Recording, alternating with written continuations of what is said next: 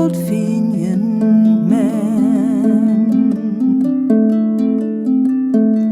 'Tis 16 long years since I saw the moon beaming on brave manly forms.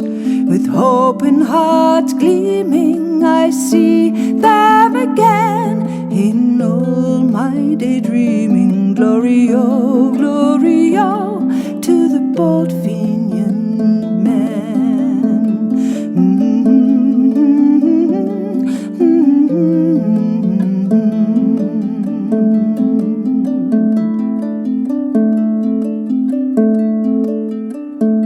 Some died on that hillside, some died among strangers, and wise men have told us their cause was a failure, but they loved dear Ireland and they never feared danger. Glory, oh, to the bold Fenian man.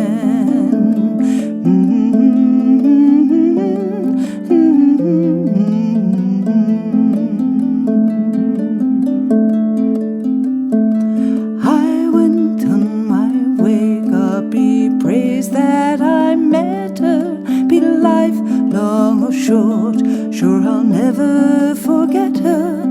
We may have brave men and we'll never have better. Glory, oh, to the bold Fenian man.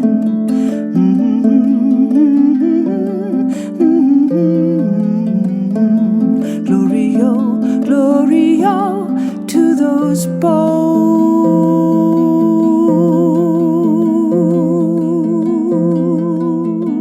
Fenian men.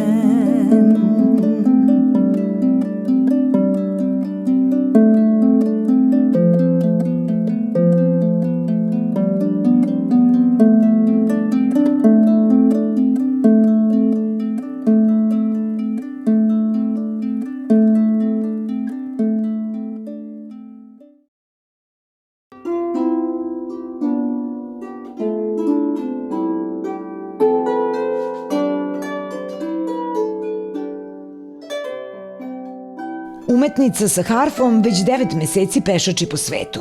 Nakon 26 godina života u Irskoj, Anja Bakker odlučila je da se okrene hodočašću, te je na sveti put od Irske do Jerusalima krenula sama peške sa harfom. When I studied music, I heard a story about a group of men. Čula sam od svog profesora dok sam studirala muziku za grupu muškaraca u srednjem veku koji su sa harfama hodočastili do Jerusalima. Na moje pitanje njemu da li je to ikada uradila žena, dobila sam negativan odgovor. Te sam odlučila da bih ja mogla da budem prva žena koja će to uraditi. 2018. sam išla od Irske do Rima, a sada sam na putu do Jerusalima. Krenula sam 2. aprila, 9 meseci već putujem i nadam se da ću hodočašće završiti u septembru. Do sada Anja je prepešačila Irsku, Englesku, Holandiju, Nemačku, Austriju, mali deo Slovačke, Mađarsku i iz Srbije kreće ka Sofiji. U Novom Sadu Anja se zadržala nekoliko dana i, kako kaže, nosi lepe utiske iz našeg grada.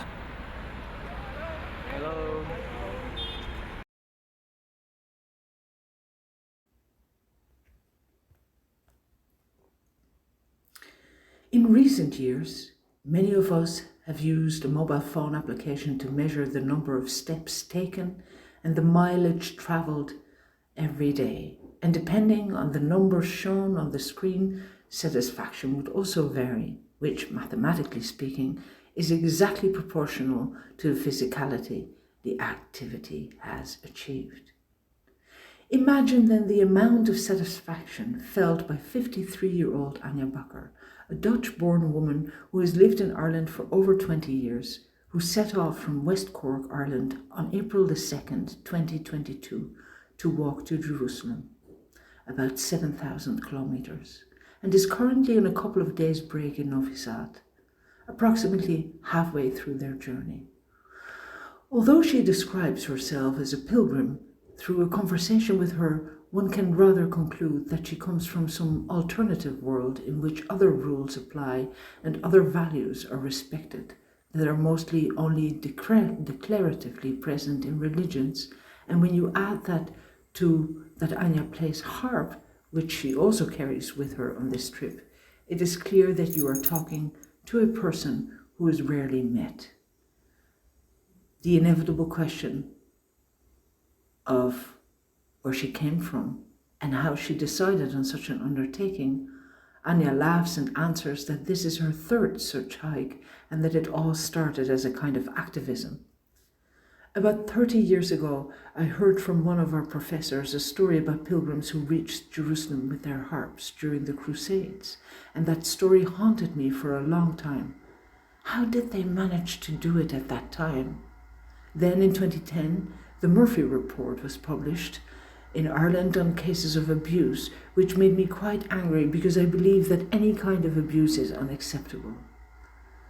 Although I am not overtly religious, I decided to go on pilgrimage with a harp to the place of Santiago de Compostela in Spain, which along with Rome and Jerusalem make up the three largest and most famous pilgrimages in the Christian world, and to somehow draw attention to these issues. However, as she says herself, that first hike to Spain and then in 2018 to Rome changed not only her motivation for such endeavors, but to a large extent her approach to life.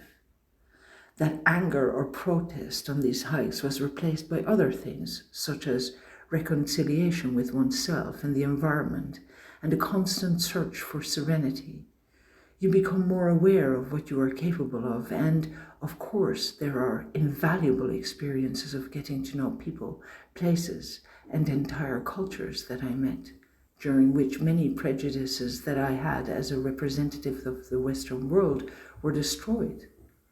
Like all people, I am searching for the essence and purpose of life.